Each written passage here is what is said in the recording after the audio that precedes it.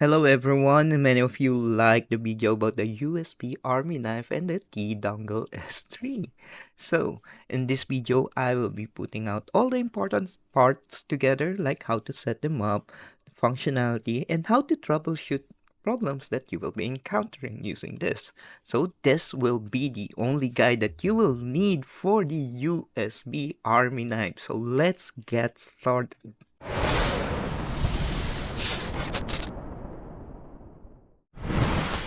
Enter the USB Army knife. Okay. Now, not only the USB Army knife can run scripts and execute them remotely, but it also comes back with a plethora of other features.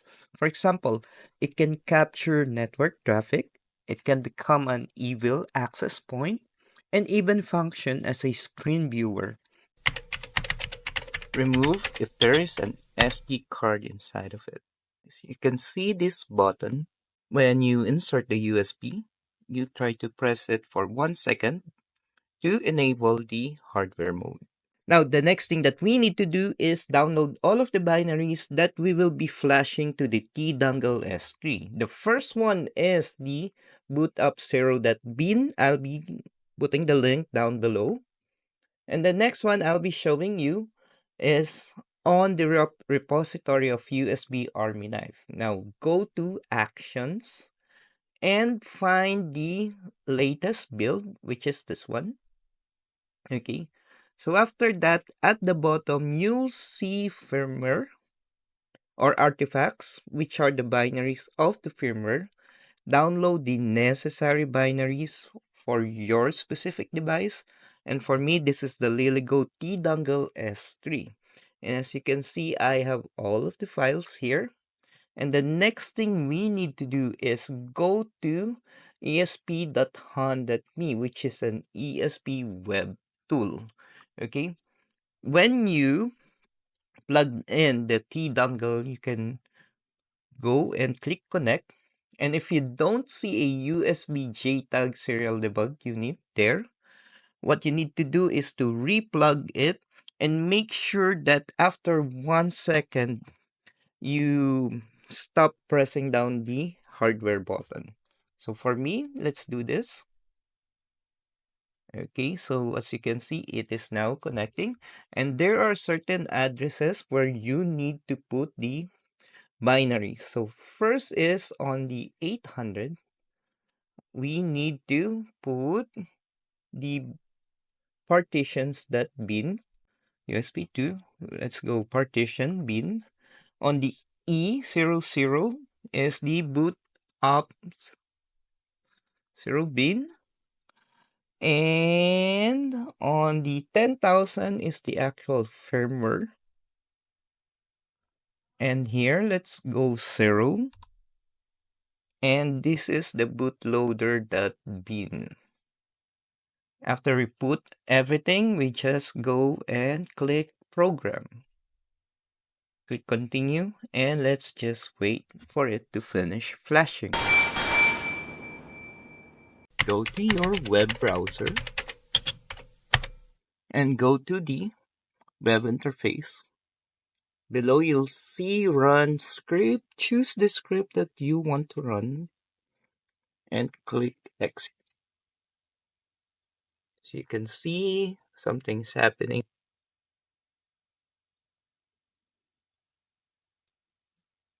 Now it is important to know that let's go to Rickroll. And as you can see, the file is autorun.ts. Autorun.ds or autorun.ds means that that is the script that your USB will be executing once you plug it in. Now, if you don't want to do that, you can rename the script into something that is very descriptive to you, but keep the file extension as .ts. Okay, so let's go and click autorun.ds. Let's just try to analyze what is in this script. And as you can see, this one, GUI, and it is typing this, which is the YouTube channel or the YouTube video. And now this is the ESP32 Marauder attack. As you can see, this is the troll attack, the Rickroll one. What happens is on your Wi-Fi, you can see a lyrics of the what you call it, never gonna give you up, a chorus on your list of Wi-Fi access point. Now this one just what you call it? This one because your USB has a LCD in it. This is three images that acts like an animated GIF of Rick Astley is the name that I'm trying to remember. Rick Astley dancing. So you'll see Rick Astley dancing here.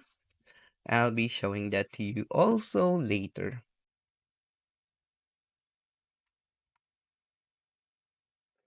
Okay. Now, once plugged in, we can check the list of Wi-Fi access points that we have. And as you can see, there is iPhone 14. That is the default Wi-Fi access point of the USB Army knife. And the password is password. And you can go to 4.3.2.1 8080. And that is the web interface. Okay. And what we can do is under run script, there is the three scripts that I have. And let's run Rickroll. And as you can see, it is trying to run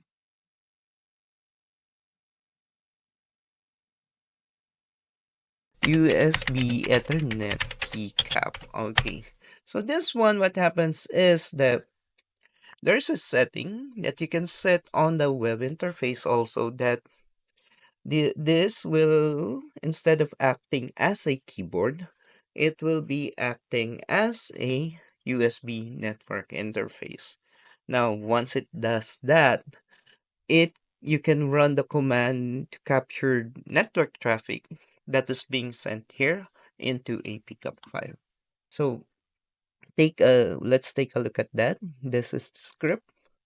As you can see, it does check, and with the if, does check if the setting is an Ethernet device or a network interface. And after doing that, this is the command to capture the network traffic. After 10 seconds, whatever network traffic has been captured, it will turn off. We'll try to save all of that into a pickup file. Okay, now the next attack that I'll be showing or demonstrating is the capture. And as you can see here, in order for it to work, let's go to settings. And you need to change the device type. Okay, so custom value, change it to NCM, which is what we need for the pickup capture attack. Let's see, because it disconnected. Okay, we'll just reconnect again. What we can do is let's select the script pickup that DS, which contains the script that I've shown you earlier, and click execute. Okay, at the back, what you will see is there, starting PCAP. Now, once it's finished, like said, pickup stop, and you can check inside, and there will be a pickup file inside the SD card. And let's just check out.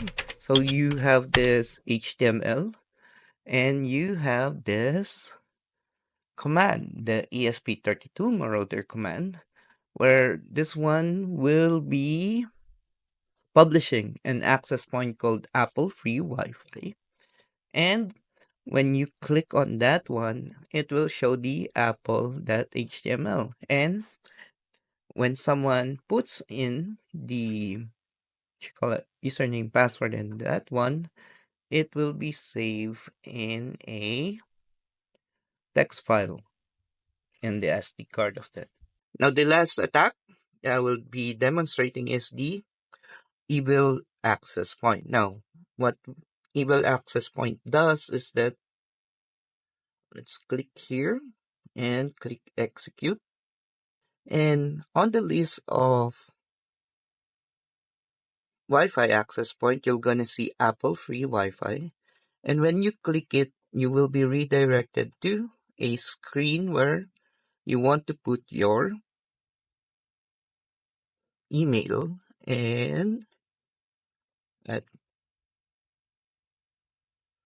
and password. Okay. So after that, put in your email and password, nothing will happen. But what will happen is there's a file inside your file browser or in the SD card that had saved the username and password. Scanning all of the available access point, they outing them, meaning they kick out all of the devices connected one by one on all of those Wi-Fi access point, and when it tries to connect, it will try to sniff the packets, and that will be saved on a pickup file, and that is the one that you can try to code, or the ones that will have the Wi-Fi password if you have successfully captured the 4 handshakes, and that is the one that you can use on the Jack the Ripper, or there are websites that actually decode all of it. Should refresh. Okay. And what we're gonna do is click, and I renamed it Wi-Fi sniff and execute. Okay. So if we go at the back of our USB, it says press button to start. So we will gonna press the button, and you can see it is now scanning for a key. Oops, can focus. Okay, so let's just wait. Okay, so now it is starting to de-odd, and let's just wait for a little while. Now, once it's finished, what we will do is we can remove it, put the SD card on an SD card reader, and here on the drive, you can see here are all the pickup capture. Okay, now the first thing that you need to do is go to the USB Army Knife GitHub and download the code if you haven't done so. The agent that you will need to install would be under Tools, Agent, and that is where the project would be. You need .NET 8 SDK to be installed. I'll be sharing the link down below. And together with the .NET 8 SDK, you would need the C++ things. And you would need a Visual Studio installer for it, the C++ desktop development package. Okay. Now, after installing all of that, you can open the code using your Visual Studio code and go to the folder where the agent is and just type .NET publish release or -r WinX64. What will happen is after you do that, under release, under bin release .NET 8.0 Windows WinX64, you'll see the DLLs and the batch file that you need to put in an image file. And that is the next one that we will be doing. Now, the next thing we need to do is to create the image file. Unfortunately, I don't know how to do it on Windows, but there is a steps on how to do it on a Linux machine. An agent.img that contains all of those 4 files. And that is the one that you will be copying into your USB drive.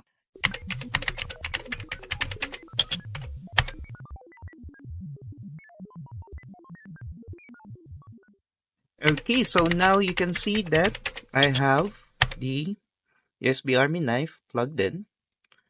I have my phone connected to the Wi-Fi of the USB Army knife. Check out my other videos how to do that. And here you can see agent running. Now, when the agent is running, you can do a lot of things. One is you can go to the command and you can go to the agent and run some commands in here. I'll be demonstrating that on a future video, how to have a reverse shell using this. But one thing that I will be showing now is the VNC. Click here. And once it's connected to the VNC, let's wait for a few seconds. And as you can see, that is the desktop we are using earlier, compiling the agent. And that is the same desktop that is here. So you can use it to capture the desktop of your target PC. So this is not a thumb drive. Obviously, the T-Dongle S3 is an ESP32 microcontroller with an Extensa LX7 dual-core CPU running at 240 MHz with an internal SRAM of 512 kV. It also has a 16 MB flash storage for the firmware, and it has some modules. And if you can look at this, it has a button module. Oops. It has an OLED module like this, and it has a CH9399329 module for the USB interface with an SD card reader inside. The next thing that I want to show you is the web UI. It is something that you can access when you're connecting to the Wi-Fi access point of the USB Army knife. By default, the name of the access point is iPhone 14. And the password is password. Okay, so you go to http:// for the 3.2.1 colon 8080 and you will be greeted with this web UI. Now in this web UI, on the dashboard, the initial page, you can see here that there is this rickroll.ds or the run script. All of the .ds script that is on the root of the SD card folder, you can see it here on the drop down and you can execute it remotely.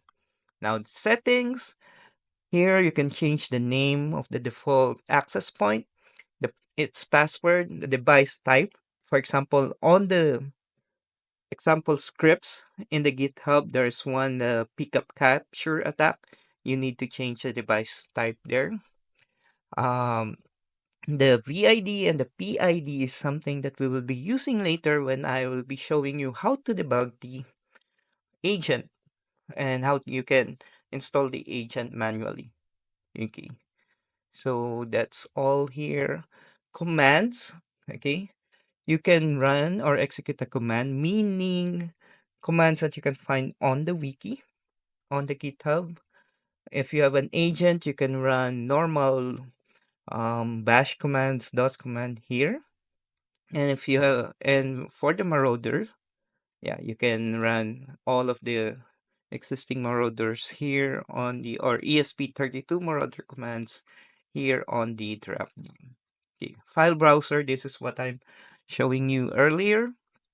This is, if you don't have an SD card, this is a way for you to upload the files by clicking upload. And you can manage the files that are on the SD card here. Okay, you can download, for example, the pickup files that you got. You can delete, you can execute also some of the DS files that you have here. VNC, this is, for example, you have already installed the agent. This is where you're gonna see the screen capture that is being published by the agent. Logs is obviously logs, so if you want to debug some of the scripts that you have, this is where you're gonna see it.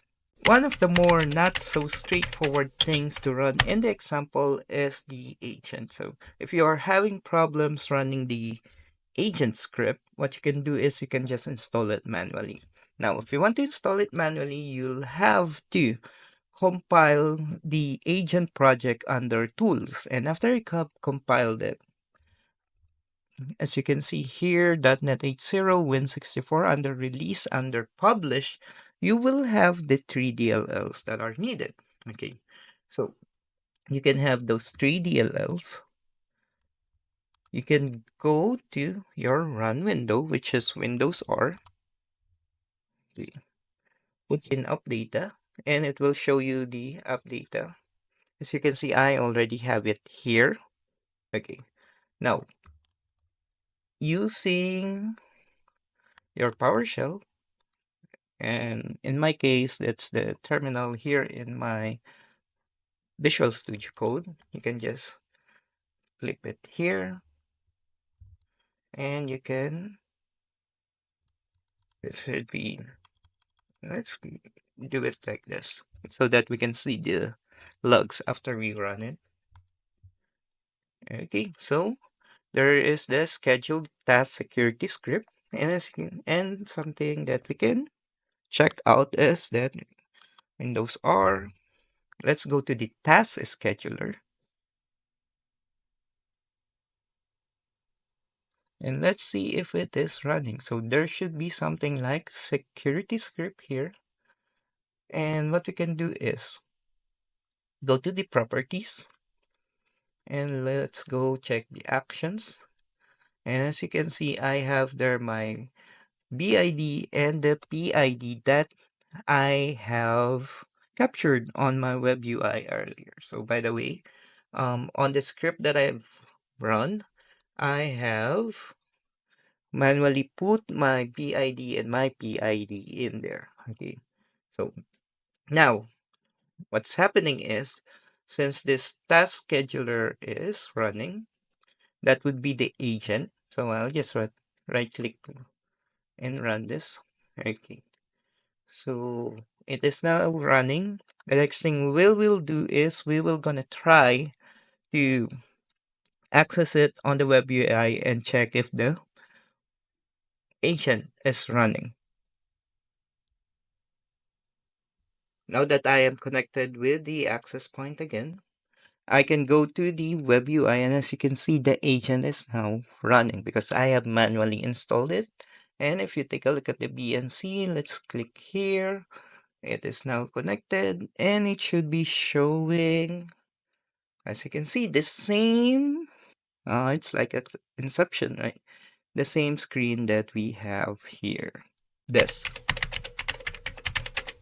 one works on your phone too. So this one, you'll just need an OTG cable, attach it to your phone like this, and you can attach it on the phone.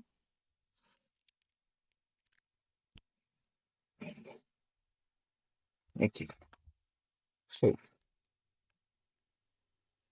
when it is attached, as you can see, light is on. This can act as a keyboard to control the phone, or you can use your phone to power up the T-Dongle or the USB Army knife. Hey, and I hope this video would make it easy to learn about the USB Army knife. Have fun using it, and till next time, always remember, keep on hacking, my fellow Hakista.